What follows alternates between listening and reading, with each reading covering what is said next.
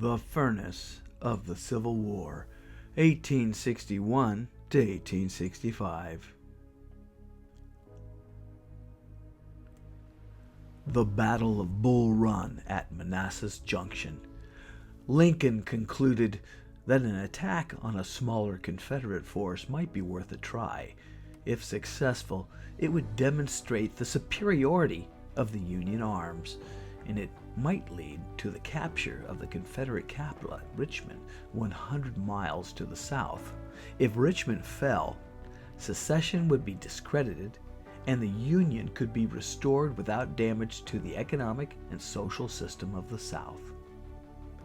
Raw Yankee troops left Washington toward Bull Run on July 21, 1861. The overconfident young recruits marched into battle with congressmen and spectators trailing behind them with their picnic lunches to witness the spectacle. At first, the battle went well for the Yankees, but the forces of Thomas J. Stonewall Jackson held firm, and then Confederate reinforcements arrived. Union troops fled in a panic. The Confederates, too tired to pursue, stopped instead to feast on captured picnic lunches. The military picnic at Bull Run, though not decisive militarily, bore significant psychological and political consequences. Victory was worse than defeat for the South because it inflated an already dangerous overconfidence. Thinking the war was over, many Southern soldiers promptly deserted. Southern enlistment fell off sharply. Defeat was better than victory for the Union because it dispelled illusions of a one-punch war. It caused Northerners to buckle down to a staggering task. It set the stage for a war that would be waged not merely for the cause of Union, but also eventually for the abolitionist ideal of emancipation. The Army of the Potomac marching up Pennsylvania Avenue, Washington, D.C., 1861. In this painting, Union troops parade before the Battle of Bull Run. Colorfully uniformed, they are a regiment of Zouaves who adopted the name and style of military dress from a legendary dashing French infantry unit recruited from Berber tribesmen in North Africa. But bright uniforms were not enough to win battles, and these troops were soon to be routed by the Confederates. In 1861, General George B. McClellan was given the command of the Army of the Potomac.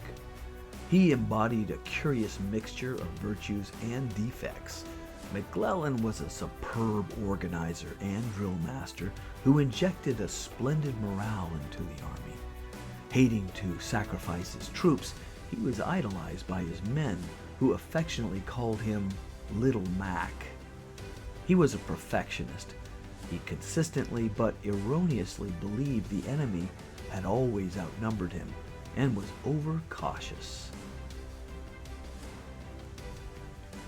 A reluctant McClellan decided to approach Richmond, which lay west of a narrow peninsula formed by the James and York rivers. Hence, the name was given to the historic campaign, the Peninsula Campaign. McClellan inched toward the Confederate capital in the spring of 1862 with 100,000 men. After a month to take Yorktown, McClellan came within sight of Richmond, but Lincoln diverted McClellan's reinforcements to chase Jackson, who was moving toward Washington, D.C. Stalled in front of Richmond, Jeb Stuart's Confederate cavalry rode completely around McClellan's army on reconnaissance. General Lee launched a devastating assault, the 7 Days Battles, June 26 through July 2, 1862. Confederates slowly drove McClellan back to the sea. Union forces abandoned the Peninsula Campaign as a costly failure, and Lincoln temporarily abandoned McClellan as the commander of the Army of the Potomac.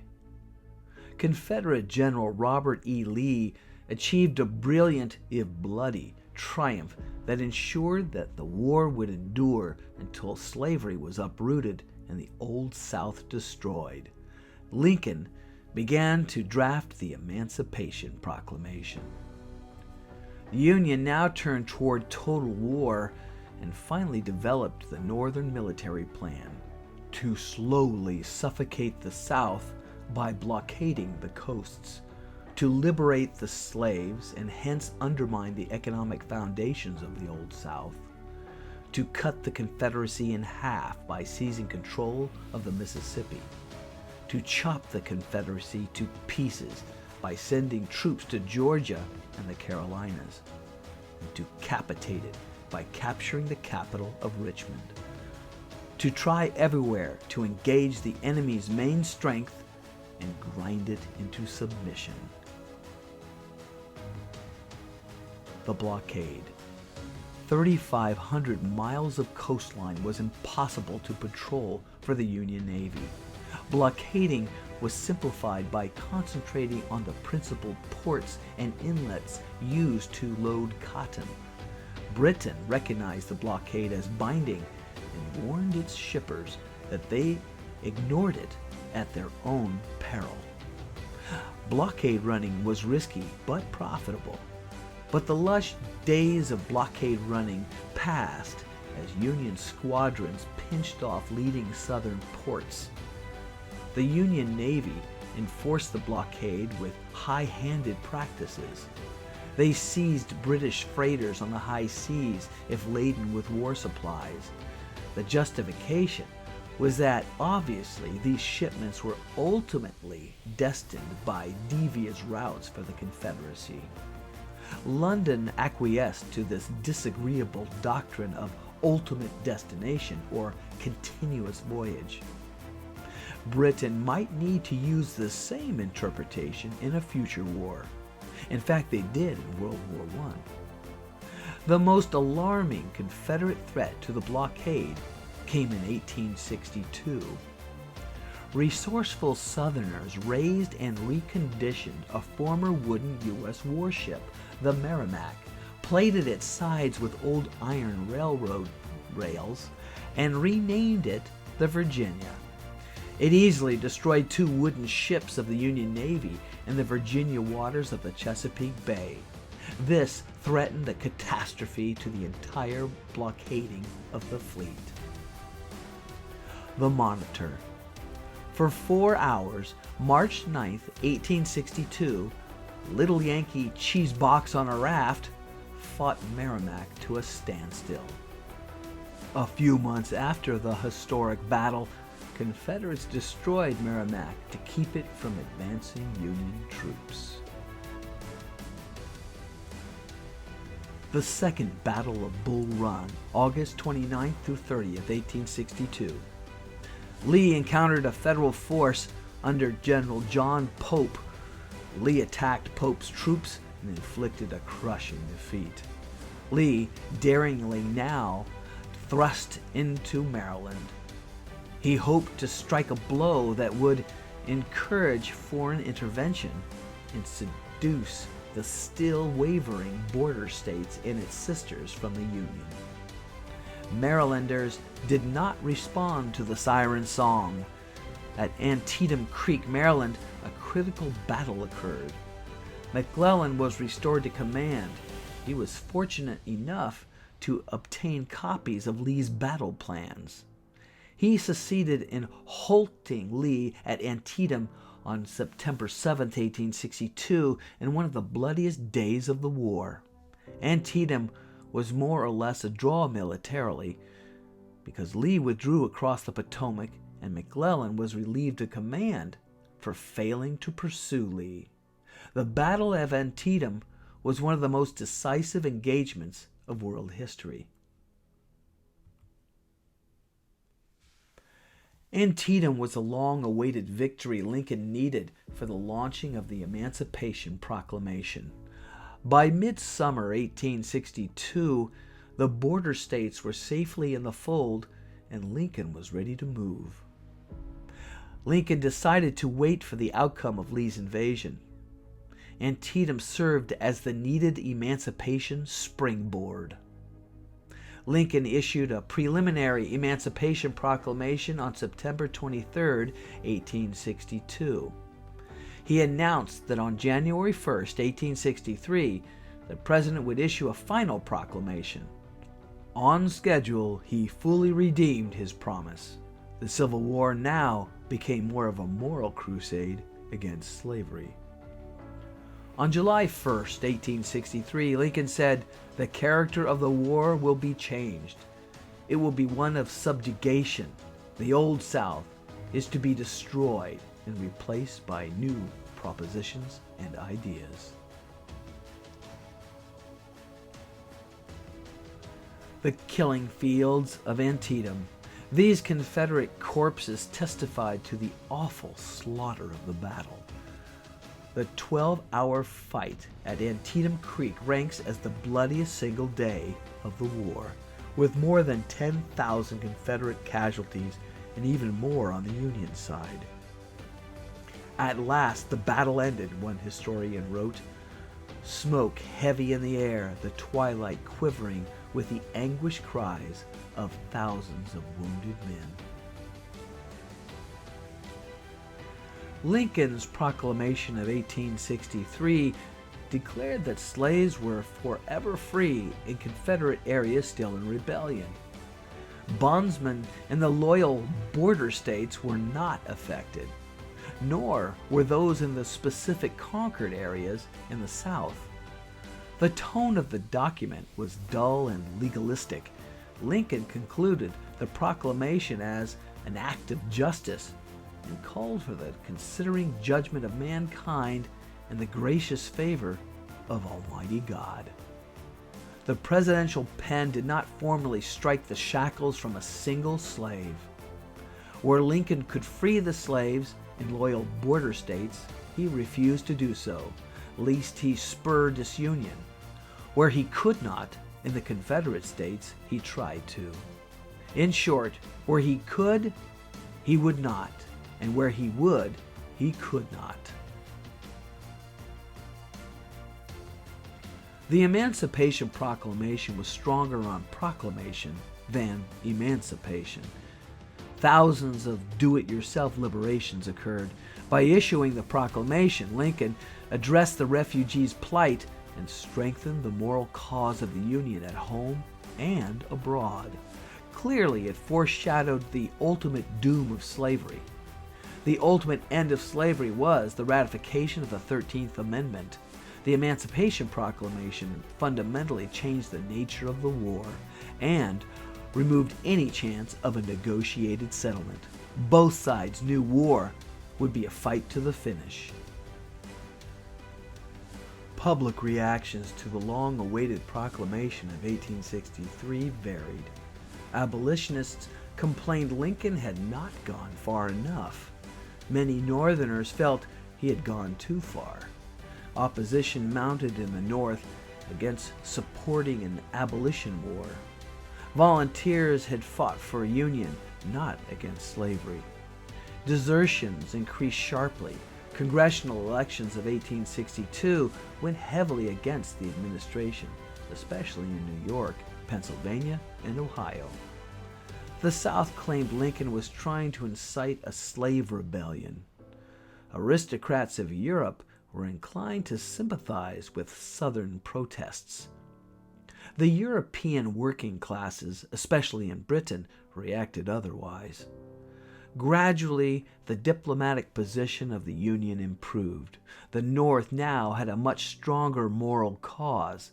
In addition to preserving Union, it had committed itself to freeing slaves. The moral position of the South correspondingly diminished. As Lincoln moved to emancipate the slaves, he took steps to enlist blacks in the armed forces. Black enlistees were finally allowed. In 1865, some 180,000 blacks served in the Union Army, most from slave states, but many from the Free Soil North.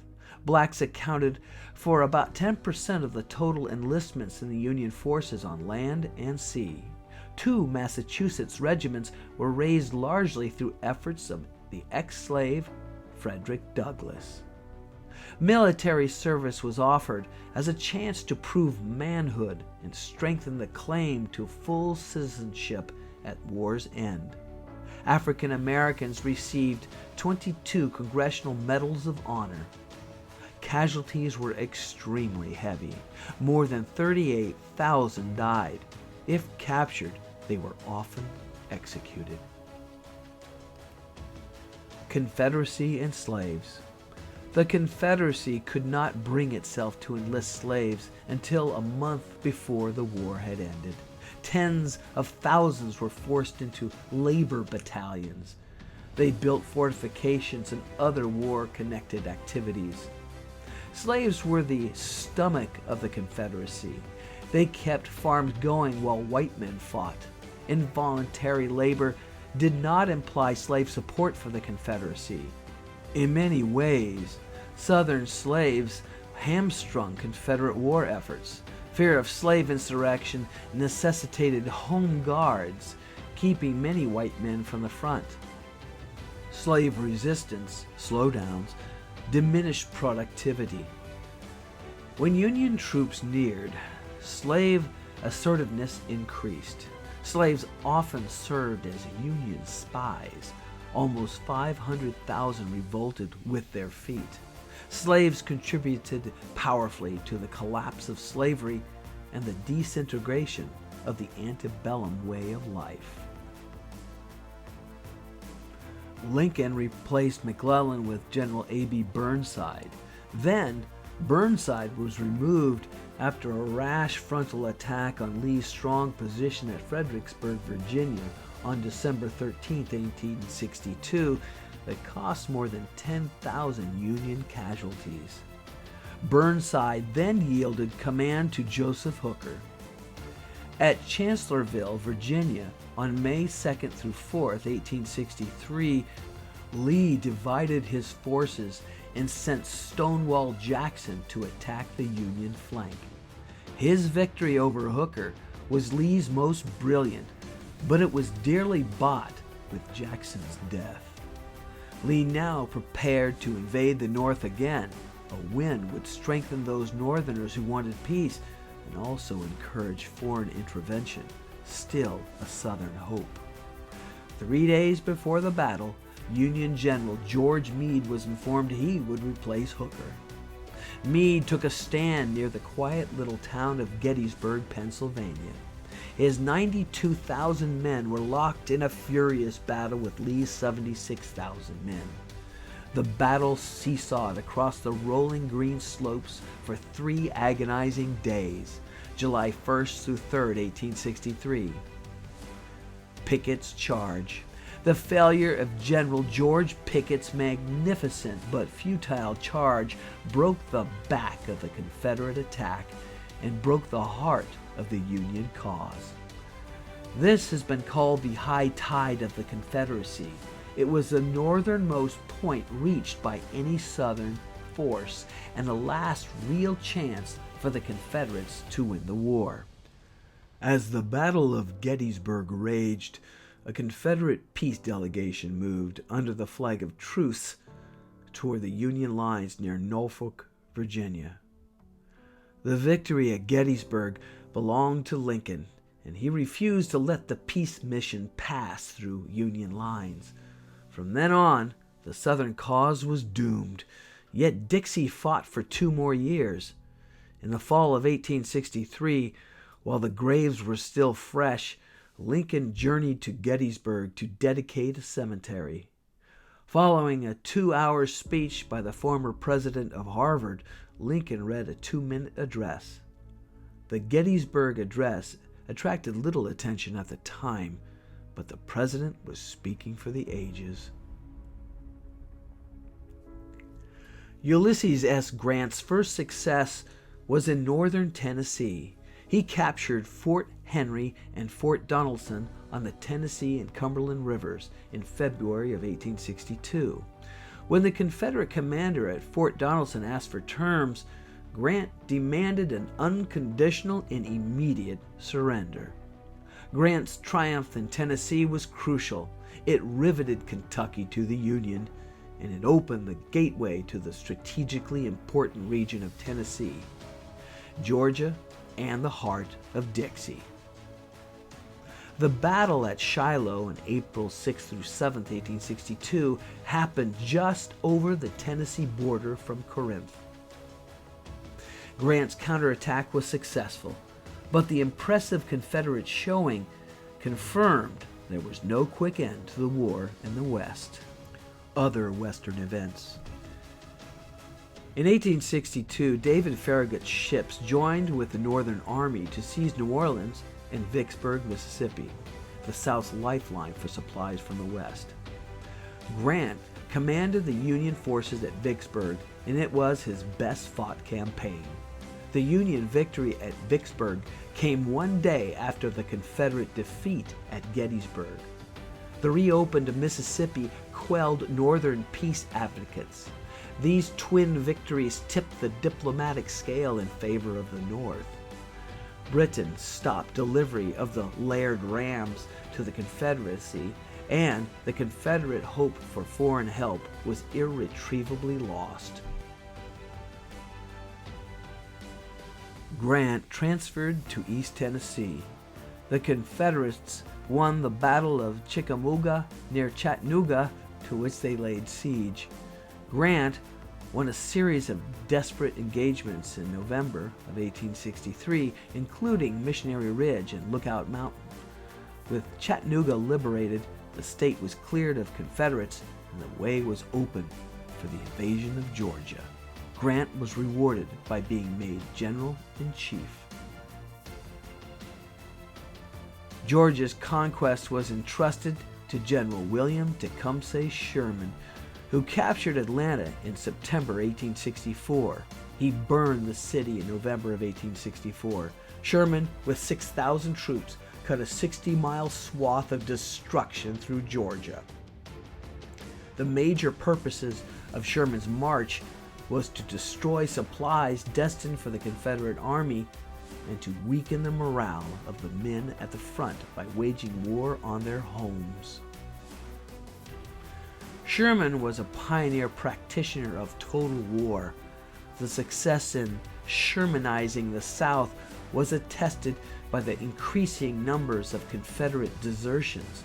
Although his methods were brutal, Sherman probably shortened the struggle and hence saved lives in the long run. But discipline of his army at times broke down. After seizing Savannah, his army veered north into South Carolina, where the destruction was even worse. Sherman's army rolled deep into North Carolina by the time the war ended. General Ulysses S. Grant and General Robert E. Lee trained at West Point. Grant, to the left, proved to be a better general than a president. Oddly, he hated the sight of blood and recoiled from rare beef.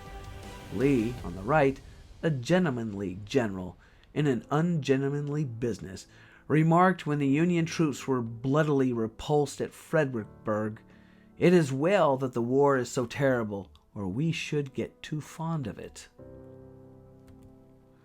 Sherman's March to the Sea, 1863 to 1864. Sherman's army inflicted cruel destruction along its route, an early instance of a tactic that came to characterize modern warfare, in which civilians are considered legitimate targets. Presidential elections come by calendar, not by crisis. Political infighting added to Lincoln's woes. Factions within his party, distrusting his ability or doubting his commitment to abolition, sought to tie his hands or remove him from office.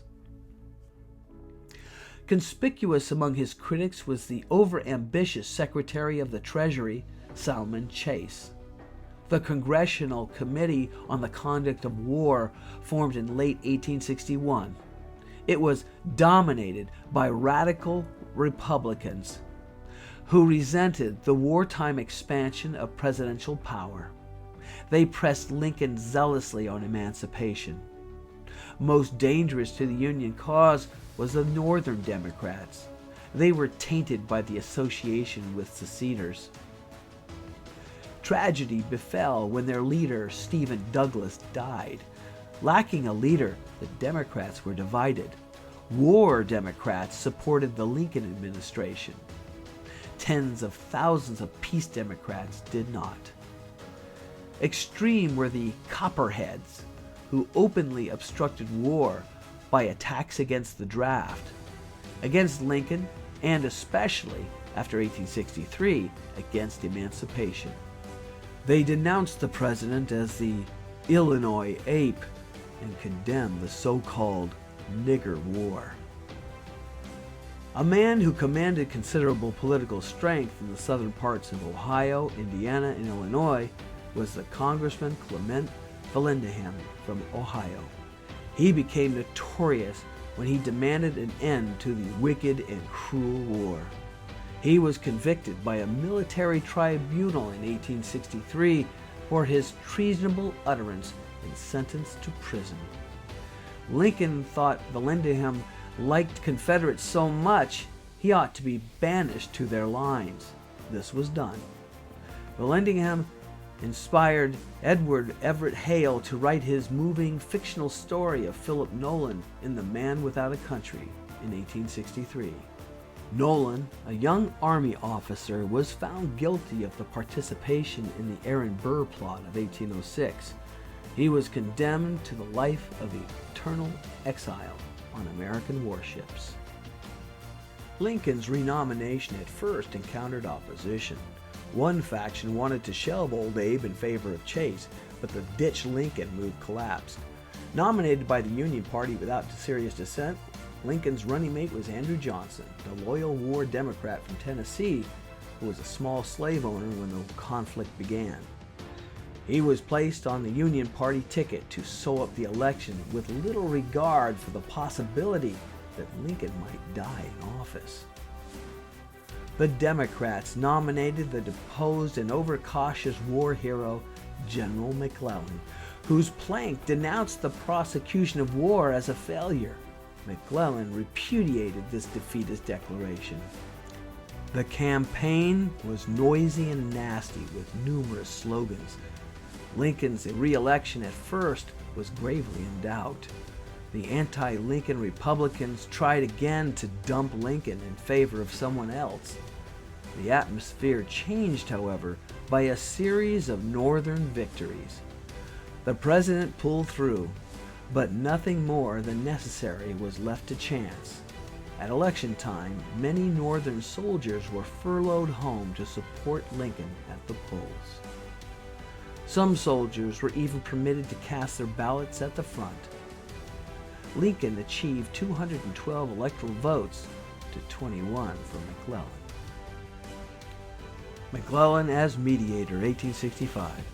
This 1864 poster shows Presidents Lincoln and Davis trying to tear the country in half, while former General George McClellan, the candidate for the Democratic Party, attempts to mediate.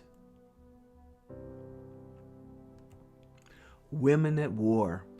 Women on both sides of the Civil War organized to protect hearth and home. Though women bearing arms like this militia were rare, 2 uniformed Ginny Rebs were found dead at Gettysburg, and it is believed that 400 plus Bonnie Yanks fought in men's clothes. The physical was a handshake. In the election of 1864, Lincoln's precarious authority depended on retaining his Republican support, while spiking the threat from peace Democrats and Copperheads. Fearing defeat, the Republican Party executed a clever maneuver. Joining the War Democrats, it proclaimed itself to be the Union Party. Thus, the Republican Party was temporarily out of existence.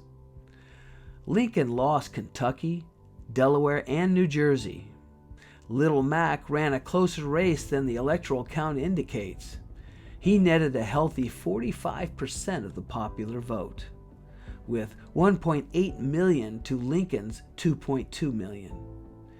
It was a crushing defeat for the Northern Democrats in 1864. The removal of Lincoln was the last hope for a Confederate victory. After Lincoln triumphed, Confederate desertions increased sharply. The Wilderness Campaign. Grant, with his 100,000 men, struck toward Richmond. He engaged Lee in a series of furious battles in the wilderness of Virginia.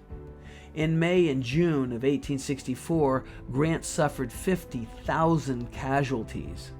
On June 3rd, Grant ordered a frontal assault on Cold Harbor. In about 5 minutes, 7,000 men were killed or wounded. In the North, critics cried, "Grant the Butcher." But Grant's reputation was undeserved, while Lee's was overrated. Lee's rate of loss of 20% was the highest of any general in the war. By contrast, Grant lost only 10% to casualties. Grant had intended to fight battles out in the open, but Lee turned the Eastern Campaign into a war of attrition fought in the trenches. With fewer men, Lee could no longer seize the offensive. His defensive posture forced Grant into a brutal arithmetic. Grant could trade 2 men for 1 and still beat his enemy. In February of 1865, Confederates tried desperately to negotiate for peace between the two countries. Lincoln met with Confederate representatives aboard the Union ship at Hampton Road, Virginia, to discuss peace. Lincoln could accept nothing short of union and emancipation. Southerners could accept nothing less than independence. Tribulation wore on to a terrible climax at the Appomattox Courthouse. The end came with dramatic suddenness. Northern troops captured Richmond and quartered Lee at the Appomattox Courthouse in Virginia in April of 1865. Grant met with Lee on April 9th, Palm Sunday, and was granted generous terms of surrender. Hungry Confederates were allowed to keep their horses for spring plowing. Tattered Southern veterans wept as they took leave of their beloved commander. Lincoln traveled to Richmond and sat in Davis's evacuated office just 40 hours after the Confederate president left it. The burning of Richmond, April 1865. The proud Confederate capital, after holding out against repeated Union assaults, was evacuated and burned in the final days of the war. Lincoln's death. On April 14, 1865, Good Friday, only 5 days after Lee's surrender, an audience at Ford's Theater in Washington witnessed its most sensational drama. Pro-Southern actor John Wilkes Booth slipped behind Lincoln and shot him in the head. The great emancipator died the following morning. He expired in the arms of victory at the very pinnacle of his fame. His dramatic death erased all memory of his shortcomings and caused his nobler qualities to stand out in clearer relief. The full impact of Lincoln's death was not at once apparent to the South. As time wore on, it became increasingly clear that Lincoln's death was a calamity for the South. Belatedly, they recognized his kindness and moderation. The assassination increased bitterness in the North, partly because of the rumor that Jefferson Davis plotted it. Lincoln's murder set the stage for the wrenching ordeal of Reconstruction. Lincoln would have had clashes with Congress after the war, but he was a victorious president, and there is no arguing with victory. Unlike Johnson, Lincoln's powers of leadership were refined in the war crucible, where he possessed in full measure tact, reasonableness, and an uncommon amount of common sense. President Lincoln's funeral procession, New York City, 1865. Lincoln's body traveled by train to lie in state in 14 cities before arriving at its final resting place in Springfield, Illinois. In New York City, 160,000 mourners accompanied his hearse as the funeral procession slowly made its way down Broadway. Scalpers sold choice window seats for $4 and up. Blacks were barred from participating until the mayor changed his mind at the last minute, but only if they marched at the rear. Civil War's grisly toll. More than 600,000 men died in action or of disease, and over 1 million were killed or seriously wounded. The dead amounted to 2% of the entire nation's population. Our nation lost the cream of its young manhood and potential leadership. Tens of thousands of babies were unborn because potential fathers were fighting at the front. In direct monetary costs, the total cost was $15 billion. This does not include the continuing expenses like pensions and interest on the national debt. There were intangible costs like dislocations, disunities, wasted energies, lowered ethics, blasted lives, bitter memories, and burning hates, which cannot be calculated. The greatest constitutional decision was written in blood and handed down at the Appomattox Courthouse. The notion of extreme states' rights was crushed, and the national government emerged unbroken. Nullification and secession was finally laid to rest. The Civil War was a supreme test of the American democracy. The preservation of democratic ideals was subconsciously one of the major objectives of the North. Victory for the Union provided inspiration to the champions of democracy and liberalism. The Reform Bill of 1867, under which England became a true political democracy, was passed 2 years after the Civil War ended. Our American democracy proved itself and provided an additional argument which was used by the disfranchised British masses in securing similar blessings for themselves. The lost cause of the South was lost. The shameful cancer of slavery was sliced away by the sword. African Americans at last were in a position to claim their rights to life, liberty, and the pursuit of happiness. The nation once again was united politically. The great dangers were averted by Union victory, including the indefinite prolongation of the peculiar institution, the unleashing of a slave power on our weak Caribbean neighbors, the transformation of the area from Panama to the Hudson Bay into an armed camp with heavily armed and hostile states, constantly snarling and sniping at one another. America still had a long way to go to make the promises of freedom into a reality for all of its citizens, black and white. Emancipation laid the necessary groundwork for a united and democratic United States free to fulfill the destiny as a dominant republic of the hemisphere and eventually of the world.